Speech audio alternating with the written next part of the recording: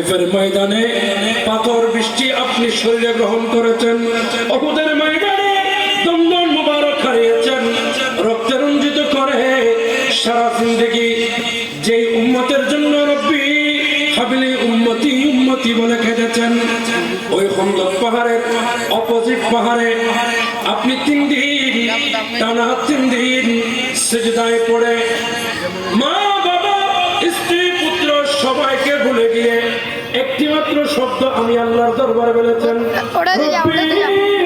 ও আমার রব, আমার উম্মতকে আপনি জান্নাতি বানান, আমার উম্মতের কি হবে?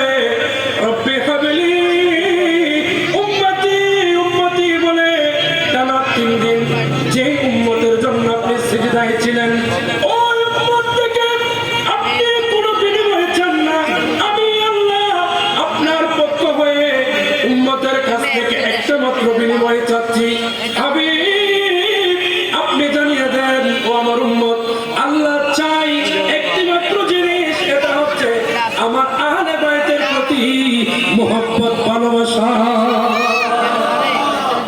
আহলে বাইতের মুহাব্বত চাই কে? একটু জোরে বলেন কে? আল্লাহ আহলে বাইতের মুহাব্বত চাই।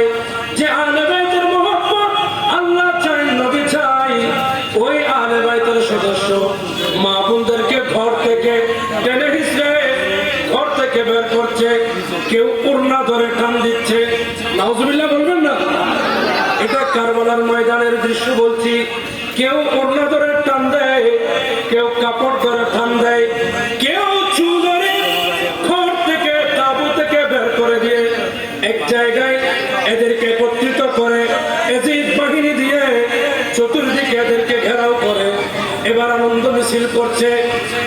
আনন্দ মিছিল করতে লাগলো, কুফাবাসীকে দেখাতে লাগলো, এই কুফাবাসী দেখো এজিদের বিরুদ্ধে গেলে কি হয়, তোমরা একটু তাকিয়ে দেখো। এখানে শেষ নয়, এরা 70টি ঘোড়া, একটি নয় দুইটি নয়, 70টি ঘোড়া এক জায়গায় এরা লাইন বাই লাইন দাঁড় করিয়েছে।